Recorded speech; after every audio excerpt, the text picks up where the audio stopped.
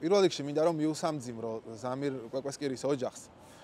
მის მეგობრებს, ახლობლებს, ნათესავებს და მე თვითონ სოხუმიდან ვარ, აფხაზეთიდან ვარ. ნახე სიუჟეტი თქვენ შესახებ და წარმომიდგენია რამხელად კივილი არის ეს თქვენთვის, რაც მოხდა და დამიჯერეთ რომ პირველ რიგში აი დევნილებზე შემილია რა ვთქვა რომ ყველამ ძალიან ახლოს მიიტანა გულთან ეს ყველაფერი და ყველამ ძალიან განიცადა და ჩემს ირგვლივ ჩემი მეგობრები, ჩემი ნათესავები ან ყველა ამის შესახებ წერდა, ამას აზიარებდა. განსაკუთრებით ემოციური და მძიმესაყურებელი იყო, რომ ზამირ კვეკვესკირი ბოლო მომენტამდე აფიქსირებდა პროტესტს იმ სისტემის წინააღმდეგ და აი იმ სიტუაციის წინააღმდეგ, რაც იქ არის შექმნილი, ხო და მე თვითონაც ვდგარ ვარ იქ რიგში და მე თვითონაც ვიცი, ანუ იქ რა ხდება და როგორი დამცირება მიმდინარეობს ადამიანების და როგორ არის ანუ ეს მომენტი, რომ ყოველ წელს რო ელოდებიან ადამიანები ბინას და აი მოგცემენ და რაღაცნაირად მერე ზოგს იმედიც უქრება რა და ზოგს კიდე რჩება როგორც იყო ესე იგი ადრე რომ გამარჯობა აფხაზეთო შენი რო იყო რომ მომავალ წელს სოხუმში შევხვდებითო ამითი ატყუებდნენ დევნილებს ეხლა არის რომ მაშინ ის სახში დაბრუნება იყო და ეხლა ახალ სახში შესვლა არის აი ესეთი რაღაცა მუდმივი მოლოდინის დამამცირებელი მოლოდინის მდგომარეობაში გადაყვანა ადამიანის რა თაობები უკვე დაიღუპნენ ამ ბინების გარეშე ასაკოვანი ადამიანები და უკვე ჩვენი თაობა გაიზარდა ასე და მომავალი თაობაც ეხლა რაღაცნაირად უნდათ რომ აი ასეთ მდგომარეობაში გაზარდონ და პროტესტი მიმდინარეობს რუსთაველზე 65 დღე არის მე თვითონაც მონაწილეობ ანუ ამ პროტესტში და მე თვითონაც მიმაჩნია რომ უნდა შეიცვალოს ქვეყანაში უამრავი რამ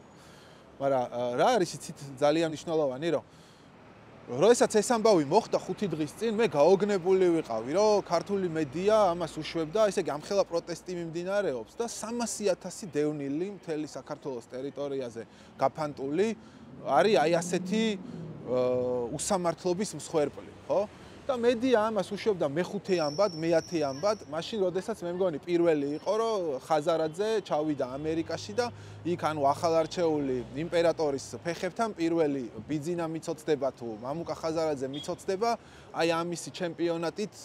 ჩემპიონატის გაშუქებით იყო რაღაცნაირად დაკავებული, ხო და ну მედია ცალკე იყოს ახლა და მე პირველ რიგში თქვათ ახალგაზრდობა ხო რომელსაც მე თვითონაც მივაკუთვნებ მეც ამ ქალაქში გავიზარდე და მეც ამაზე პროტესტი მაქვს ყველაფერზე რა თუ ახალი საქართველო იბადება ხო თუ ჩვენ გვინდა რომ ჩვენ ვიყოთ ამ ახალი საქართველოს შემქმნელები ამ ახალმა საქართველომ უნდა მოიტანოს აუცილებლად სამართლიანობა 300,000 დევნილისთვის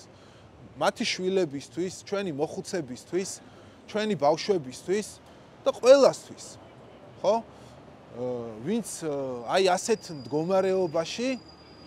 გაუსაძლის მდგომარეობაში დაცინვის ფონზე აგრძელებს თან ცხოვრებას რა და ხშირად არის ანუ საუბარი იმაზე რომ უნდა გაფართოვდეს ხო ეს პროტესტი და ვიღაცას გონია სიტყვაზე რომ დევნილებს არა აქვთ ანუ ცვლილების სურვილი ამ ქვეყანაში აი ამ კომპაქტურად დასახლებულ დასახლებებში ვინც ცხოვრობენ ამ ადამიანებს ან რა ვიცი თუნდაც შრომელებს რეგიონებში და ასე შემდეგ უბრალოდ მათ უნდა დაინახონ რომ ვიღაცა არის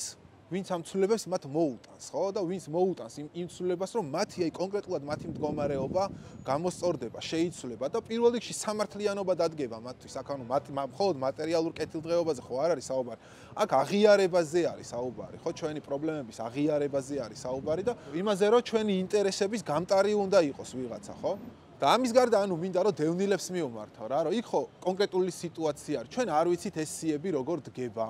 ჩვენ არ ვიცით პირველი ვინ არის მეორე ვინ არის ქულები რატო ენიჭებათ ადამიანს ჩემს ირგვლივ ესე იგი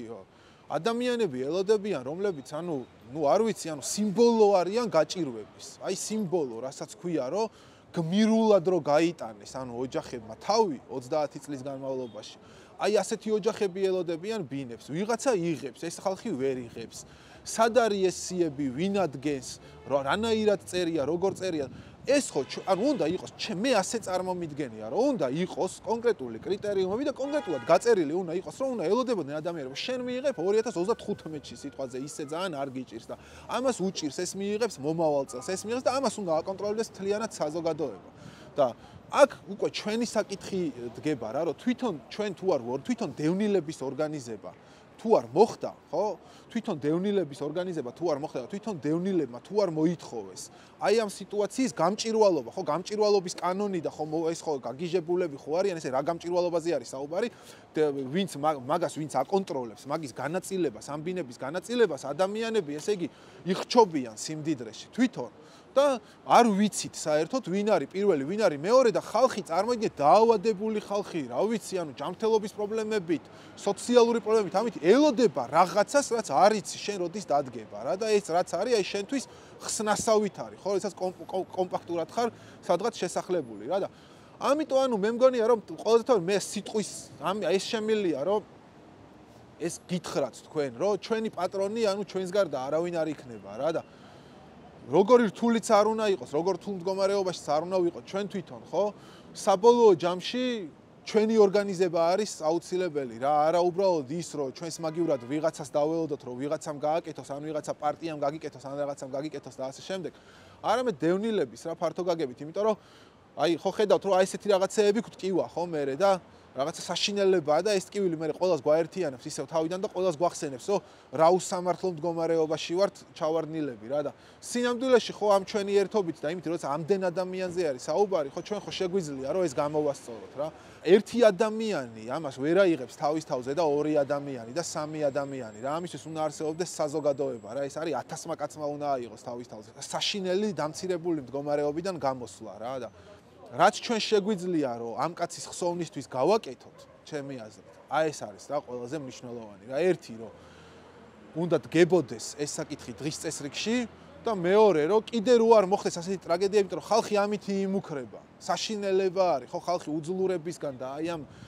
უსამართლობის განცდისგან, აი ამით ეს რო არ ხდებოდეს, ხო, ჩვენ უნდა მოვითხოვოთ ამისი გამჭირვალობა და ამ საკითხის ადეკვატურად დაყენება რა. სხვა გამოსავალს მე აქედან ვერ ვხედავ.